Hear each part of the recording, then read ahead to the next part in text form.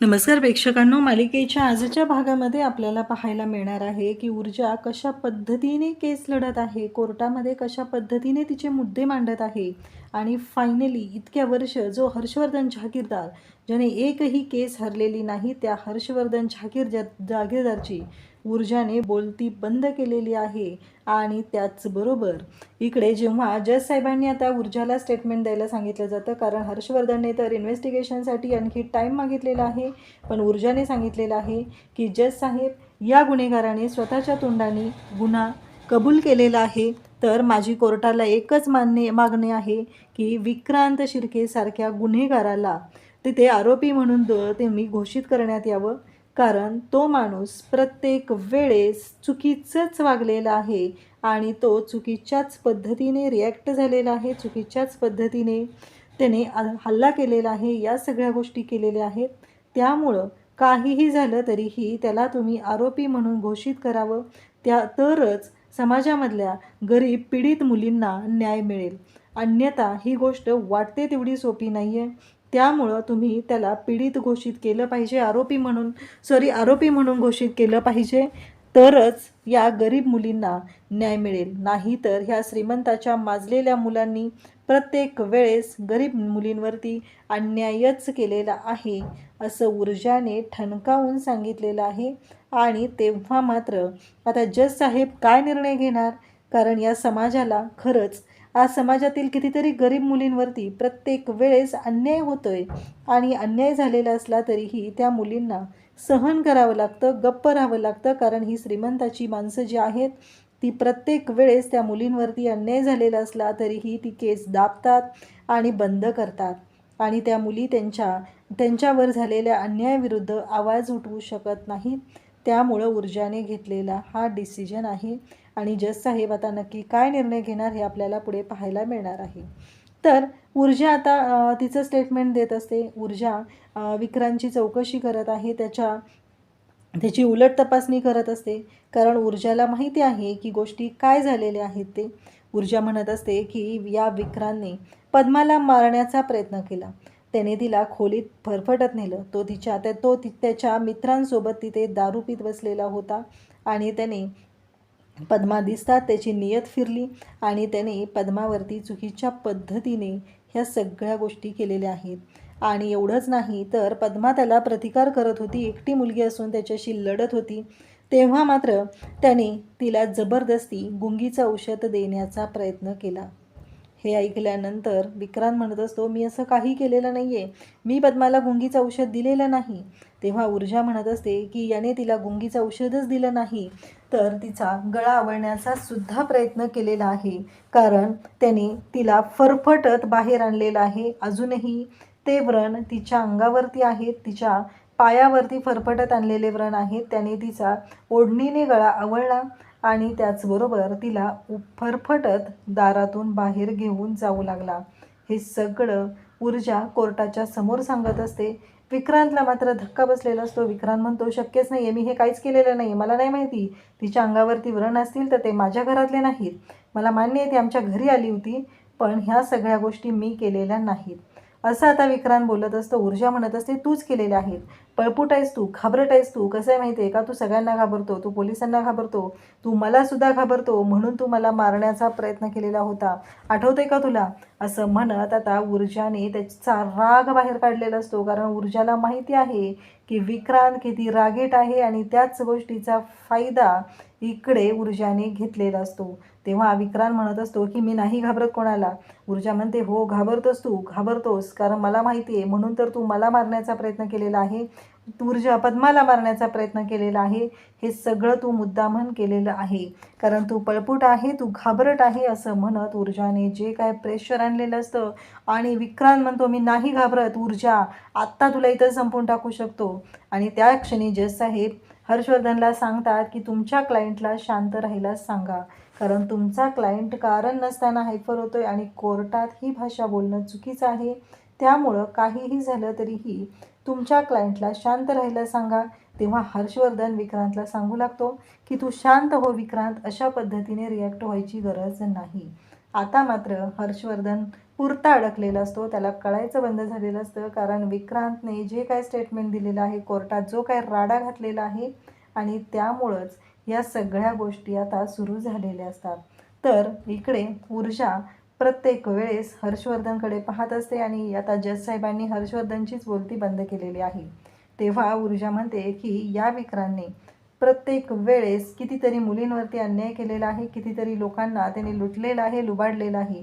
आत्ताच कोर्टाच्या समोर आलेला आहे की तो कशा पद्धतीने रिॲक्ट होऊ शकतो. त्याच दिवशी सुद्धा त्याने पद्माला मारण्याचा प्रयत्न केलेला आहे.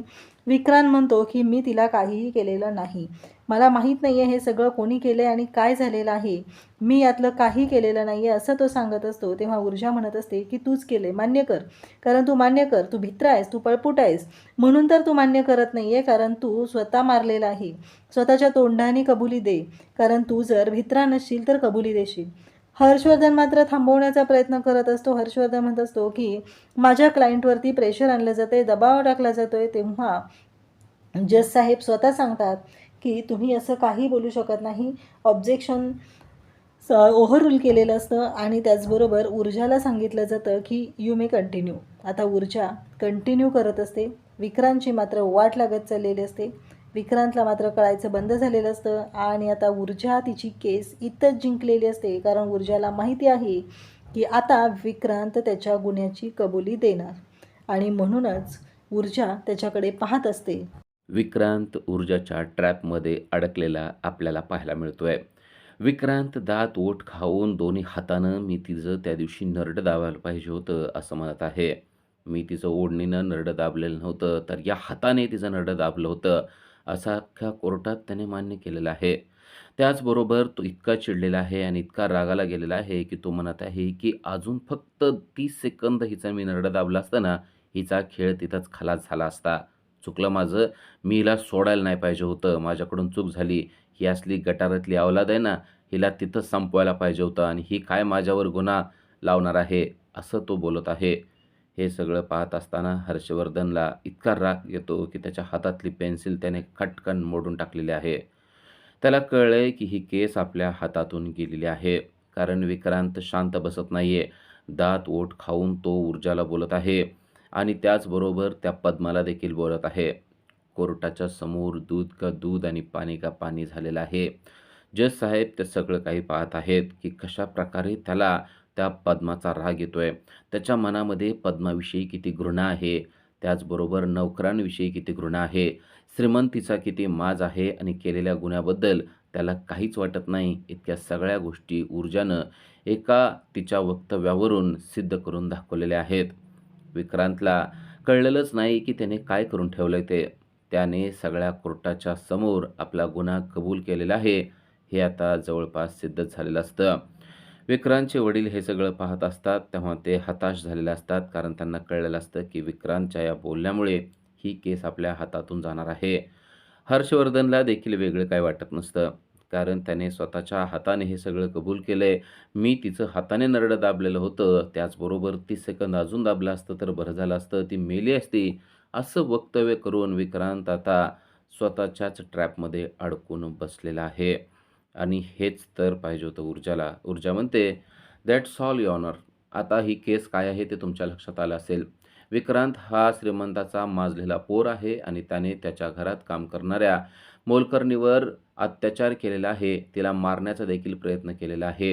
ही केस फक्त विनयभंगाची नाही, तर ही केस खुनाची आहे, असं तिनं आता सिद्ध केलेलं आहे. आणि हे सगळं त्याने स्वतःच्या हाताने कबूल केलंय, हे आता कोर्टाने पाहिलंच.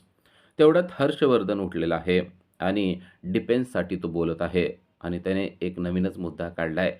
तो म्हणजे आता जे काय विक्रांत बोललेला आहे, ते त्याच्यावर मेंटल प्रेशर आणल्यामुळं त्याने गुन्हा कबूल केलाय, असं त्याने एक नवीनच मुद्दा कोर्टाच्या समोर आणलेला आहे. पण हा मुद्दा देखील ऊर्जानं त्याच्याच गळ्यामध्ये उलटा करून घातलेला आहे आणि ऊर्जा म्हणते, "अच्छा, मेंटल प्रेशर आणलं म्हणून त्याने गुन्हा कबूल केला असं तुम्ही तुमच्या स्वतःच्या तोंडानं म्हणतायत, ह्याचा अर्थ त्याने गुन्हा केला आहे, हे तुम्ही कोर्टाला पटवून देताय." अशा प्रकारे हर्षवर्धन देखील शांत करून टाकलेलं आहे. म्हणजे तुम्हाला त्याने गुन्हा केला हे कबूल आहे, असं तुम्ही आत्ता म्हणलेला आहात हर्षवर्धन वकीलजी. असं जेव्हा ती म्हणते, तेव्हा हर्षवर्धनला कळत नाही की आपण आता या मुद्द्यावर काय बोलावं ते. कोर्टाच्या समोर आता वकिलाने सुद्धा मान्य केलंय, की त्याच्या अशिलाने गुन्हा केलेला आहे, खुनाचा प्रयत्न केलेला आहे. ही नुसती विनयभंगाची केस नाही, तर विक्रांतने त्या मोलकरणीला मारण्याचा देखील प्रयत्न केलाय. हे सगळं समोर क्लिअर झालेलं आहे. आणि मग ऊर्जा म्हणते, आता जज साहेब आपल्या लक्षात आलं असेल, की हर्षवर्धन काय म्हणलेले आहेत ते. त्यांनी देखील हे मान्य केलेलं आहे, की त्यांचा अशील हा आरोपी नाही, तर तो गुन्हेगार आहे आणि त्यांच्या बोलण्यातून हे स्पष्टपणे सिद्ध झालेलं आपण स्वतः आपल्या कानाने ऐकलेलं आहे. इकडे अर्पिताने वेगळाच गोंधळ घालून ठेवलेला आहे. अर्पिता पुन्हा एकदा इकडे हर्षवर्धनच्या घरी आलेली आहे आणि तिने आता वेगवेगळ्या साड्या तिनं ज्या पसंत केलेल्या आहेत, त्या दाखवण्यासाठी आलेली आहे. आणि हे सगळे दिव्या पाहते, तेव्हा तिला तर हा मोठा चमत्कारच वाटतोय. कारण काल जेव्हा अर्पिता आलेली असते, तेव्हा दिव्या घरी नसते आणि अर्पिता ही किती वेड्यासारखं करते हे दिव्याला माहीत नसतं. तेव्हा मोठ्या डोळ्याची दिव्या अजूनच मोठे डोळे करून त्या अर्पिताकडे पाहतच राहते. कारण अर्पिता म्हणते, की मला आता शौर्यशी लग्न करायचं आहे. आमचं लग्न आता जवळ आलेलं आहे आणि लग्नासाठी मी साड्या देखील पसंत केलेल्या आहेत.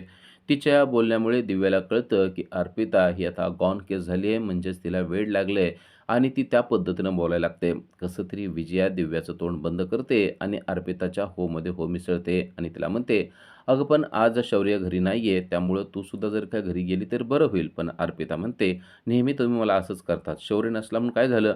अहो मी आहे ना, हे बघा मोबाईलवर मी तुम्हाला दाखवण्यासाठी काही साड्या आणलेल्या आहेत. तुमच्यासाठी कोणती साडी पसंत करू ते मला कळत नाही." तेव्हा विजया कसा तरी विषय टाळण्याचा प्रयत्न करत असते. हे सगळं दिव्या मात्र अगदी मोठ्या डोळ्यानं पाहत असते आणि तिला कळत असतं, की ही अर्पिता आता पार वेडी झालेली आहे. तसं ती विजयाला सांगण्याचा देखील प्रयत्न करत असते. विजया तिचं तोंड बंद करण्याचा प्रयत्न करत असते आणि अर्पिताच्या होमध्ये हो मिसळत असते. अर्पिता एक झालं गेलं की दुसरं सांगत असते, "आता हॉल देखील बुक करायचा आहे. आता खूप कामं आहेत. आपल्यामागं खूप काम आहेत. त्यामुळं आपल्याला लवकरात लवकर हे सगळं करणं गरजेचं आहे बरं का." असं ती विजयाला सांगत असते. विजया उसनं हसू आणून तिचं सगळं बोलणं ऐकत असते आणि "हो, आता खूप कामं आहेत. आपल्याला करावं लागणार आहे." असं सगळं बोलत असते. दिव्याला कळत नसतं, की विजया देखील तिच्या होमध्ये हो कसं काय मिसळते? ही तर वेड्यासारखं बोलते. नव्हे हिला वेडच लागलंय, असं दिव्याच्या तोंडून शब्द जातो देखील. तर विजया तिला शांत करते आणि "गप्प बस" असं म्हणते. त्याचबरोबर आता अर्पिताने एक पिंक साडी दाखवलेली असते. "ही साडी तुम्हाला आवडते का बघा बरं?" असं ती म्हणलेली असते. तेव्हा विजया म्हणते, "हां, ही पिंक साडी ना खूप छान आहे." अर्पिता म्हणते, "हो, मला वाटलंच होतं की तुम्हाला ही नक्की पसंत पडणार आहे." दिव्या म्हणते, "अहो काय आहे? तुम्हाला कळतंय का ती काय बोलते ते?" विजया म्हणते, "मला सगळं कळतंय. दिव्या तू जरा शांत बस आणि तू जरासं बाहेर जा." असं सांगत असते. पण दिव्याला तर आता गंमत बघायची असते. त्यामुळे दिव्या काय बाहेर जात नसते. तेवढ्यात अर्पिताचं लक्ष शौर्याच्या फोटोकडे जातं आणि शौर्याच्या फोटोला ती हातात घेते आणि त्याच्या चेहऱ्यावरून हात फिरवू लागते. तिचा हा वेडेपणा आता टोकाकडे चाललेला आहे, हे विजया आणि दिव्या यांच्या लक्षात येऊ लागतं. दिव्या म्हणते, "संपलं, झालं. मला तर वाटतंय आता ही वेडी झाली आहे. हिला दवाखान्यात न्यावं लागणार आहे. मला वाटतं हिला वेड्याच्या हॉस्पिटलमध्ये न्यावं लागणार आहे." विजया म्हणते, "दिव्या तुझं तोंड जरासं बंद कर. मी तुला सांगितलंय का मध्ये बोलायला? तू शांत राहा." असं म्हणून तिने दिव्याचं तोंड बंद केलेलं असतं. इकडे अर्पिताचं एकावर एक बोलणं चालू झालेलं असतं. आता काय-काय करायचं आहे? इतके कामं राहिलेले आहेत. मेहंदी लावायची आहे. किती गोष्टी करायच्यात ना, ते मला कळत नाहीये. पण आता जरा लवकरात लवकर आपल्याला उरकावं लागेल. हां, मी तुमच्यासाठी दाखवली ना साडी, बघितली का तुम्ही ती? असं म्हणून तिने पुन्हा ती साडी दाखवलेली असते आणि ही पिंक साडी तुम्हाला खूप छान दिसणार आहे. मी तुमच्यासाठी ही साडी पसंत केलेली आहे, असं बोलत असते. तेव्हा विजया म्हणते, "हो, खूपच सुंदर आहे साडी. मला तर खूप आवडली आहे." दिव्या हे सगळं बघत असताना तिला वाटत असतं, की अर्पिताला डायरेक्ट तोंडावर बोलावं, की "तुला काय वेड लागलंय की काय? अगं शौर्याचं तर लग्न झालेलं आहे." असं तिच्या तोंडून जात असतंच, पण तेवढ्यात विजया तिला शांत करत असते. आता विजया तिला म्हणते, की "असं कर बाळा, आता शौर्य घरी नाहीये, तर तू ना आता घरी जा आणि उद्या नंतर ये." ते म्हणते, "नेहमी मला तुम्ही असंच करता. तो नसला म्हणून काय झालं? हे घर माझं नाहीये का?" विजया म्हणते, "अगं हो, तुझं आहे, पण तो आला ना, नंतर तू आलीस तर बरं होईल." असं तिला टाळण्यासाठी ती बोलत असते. पण अर्पिता मात्र घरातून काही केल्या जात नसते. अर्पिता म्हणते, "आता ही रूम बघा. आज ही रूम शौर्याची आहे ना, आता काही दिवसांनी ही रूम माझी आणि त्याची आमच्या दोघांची पण होणार आहे. आणि त्यानंतर बघा ही रूम मी किती भारी सजवते ते. त्याने हे पडदे लावलेत ना, मला काही हे पडदे पसंत नाही आहेत. मी ना माझ्या आवडीचे छान असे पडदे इथे लावणार आहेत. ही रूम आहे ना, तिचा कायापालटच करून टाकणार आहे. अगदी त्याला आणि मला आवडेल ना, अशा पद्धतीनं ही रूम सजवणार आहे." असं सगळं ती बोलत असते. आता लग्नाला थोडेच दिवस राहिलेले आहेत, असं देखील बोलत असते. विजयाला कळत नाही आहे या अर्पिताचं काय करावं ते. कारण शौर्यचं तर लग्न झालेलं आहे आणि ही मुलगी लग्नाचे स्वप्न बघत आहे. आज शौर्य घरी नाही आहे. पण शौर्य जेव्हा घरी येईल तेव्हा त्याच्याबरोबर ऊर्जा देखील येईल आणि अर्पिताला ऊर्जा दिसल्यानंतर काय होईल असा प्रश्न तिला पडलेला आहे. इकडे ऊर्जानं मात्र केस आता जिंकलेलीच आहे. कारण हर्षवर्धननेच आता मान्य केलंय, की विक्रांतने गुन्हा कबूल केलेला आहे. पण आता विक्रांत मान्य करत नाहीये. विक्रांत कोर्टात म्हणतोय, की "नाही, नाही, मी ओढणीनं पण गळा नाही दाबलेला आणि हातानं पण गळा नाही दाबलेला. हे मी चुकून बोलून गेलेलो आहे. मी असं काहीच केलेलं नाहीये," असं तो बोलत आहे. तेव्हा आता हर्षवर्धन देखील डिफेन्ससाठी आलेला आहे आणि हर्षवर्धन म्हणतोय, "हे सगळं तुम्ही कशासाठी करताय मला कळत नाहीये. पण माझ्या अशिलाने असं काही केलेलंच नाही. कारण ही केस होती ती विनयभंगाची होती आणि ही केस आता झालेली आहे खुनाची. पहिल्या दिवशी आपण फक्त त्या विषयावर बोलत होतो. पण आता या वकिलांनी त्याला नवीनच रंगरूप दिलेलं आहे," असं कोर्टापुढं हर्षवर्धन बोलत आहे. तेव्हा तो बोलतोय, की "मला असं वाटतंय विक्रांतने जे काही केलेलं आहे, हे गृहीत धरूच नये. कारण त्याला कसलाच पुरावा या वकील साहेबांनी दिलेला नाहीये." तेव्हा आता जज चिडतात आणि म्हणतात, "कोर्टाने काय मान्य करायचं आणि नाही करायचं ते तुम्ही कोर्टाला शिकवण्याची गरज नाहीये." तर आता पुढचा मुद्दा अजून ऊर्जानं काढलेला आहे. तो म्हणजे स्वतः जर का अशिलानेच गुन्हा कबूल केला असेल, तर त्याला पुरावा देण्याची कसलीच गरज नसते. त्यामुळं आता मी याला कसला पुरावा देणार नाही, असं देखील कोर्टापुढे त्याने सांगितलेलं आहे. त्याचबरोबर आता जज साहेबांनी हर्षवर्धनला म्हणलंय, "तुम्हाला जर का बोलायचं असेल, तर तुम्ही क्लोजिंग स्टेटमेंट देणार आहात का?" तेव्हा तो म्हणतो, "हो, मी क्लोजिंग स्टेटमेंट द्यायला तयार आहे." आणि आता तो पुढं येऊन बोलत आहे आणि तो म्हणत आहे, "ही केस आता वेगळ्याच दिशेनं चाललेली आहे. माझा अशील म्हणजेच विक्रांत हा असला नाहीच आहे. त्याने समाजासाठी भरपूर कार्य केलेलं आहे." असं सांगून त्याने गरिबांसाठी काय-काय मदत केलेली आहे याची यादी हर्षवर्धन वाचून दाखवतोय. गरीब, असहाय्य, अपंग यांना त्याने बरंच मदत केलेली आहे. त्याचबरोबर महिलांना देखील मदत केलेली आहे. महिलांच्या बचत गटांना देखील मदत केलेली आहे. असा तो समाजसेवा करणारा एक धडाडीचा कार्यकर्ता आणि तरुण आहे, असं त्यांनी सांगितलेलं असतं. हे सगळं ऐकताना ऊर्जाला तर खूप राग येत असतो. कारण असलं तो काहीच करत नाहीये. या सगळ्याच्या पाठीमागं तो किती नीचपणा करतोय हे ऊर्जाला माहीत असतं आणि त्यातला काही भाग त्याने कोर्टात देखील सांगितलेला असतो. पण आता हर्षवर्धन त्याची वेगळीच बाजू ही कोर्टापुढं मांडत असतो. त्याचबरोबर हर्षवर्धनने एक नवीन मुद्दा काढला आहे, तो म्हणजे या ज्या ऊर्जा आहेत ना, यांच्या घरातलं साहित्य हर्षवर्धननं फेकून दिलेलं होतं, असा त्यांचा गैरसमज झालेला आहे आणि वैयक्तिक आकसापोटी त्यांनी हे सगळं करत आहेत, असा आता हर्षवर्धनने नवीनच मुद्दा कोर्टाच्या समोर आणलेला असतो. त्यामुळं कोर्टानं फायनल निकाल देताना विचार करावा, त्याचबरोबर थोडासा वेळ द्यावा, असं देखील त्याने कोर्टाला सांगितलेलं आहे. उद्याच्या भागामध्ये आपल्याला पाहायला मिळतं, की ऊर्जा मात्र शांत बसत नाहीये. ऊर्जानं सांगितलंय, की आत्तापर्यंत याने काय-काय गुन्हे केलेले होते, मी सिद्ध करण्याचा प्रयत्न केला होता, पण याच्या तोंडूनच त्याने ते सगळं सिद्ध केलेलं आहे. तर माझी कोर्टाला अशी विनंती आहे, की अशा माजलेल्या श्रीमंता घरच्या पोराला कठोरमधली कठोर शिक्षा होणं गरजेचं आहे. कारण यांना असं वाटतं, की रस्त्यावरून चालणारी प्रत्येक मुलगी ही यांची आहे. यांच्या घरात काम करणारी प्रत्येक मुलगी ही ह्यांची आहे आणि ते तिच्याशी अतिशय वाईटपणे वागतात. म्हणून याला कठोरमधली कठोर शिक्षा द्या, की जेणेकरून कोणत्याही श्रीमंताच्या पोराने परत त्या मोलकरणीला किंवा रस्त्यावरून चालणाऱ्या मुलीला जर का हात लावला, तर त्याला लक्षात यायला पाहिजे, की या विक्रांतला कोणती शिक्षा झालेली होती. असं उदाहरण तयार करणारी अशी शिक्षा या विक्रांतला द्या, असं आता ऊर्जाने कोर्टामध्ये सांगितलेलं असतं आणि हर्षवर्धन आणि विक्रांत यांच्या पायाखालची जमीनच सरकलेली असते.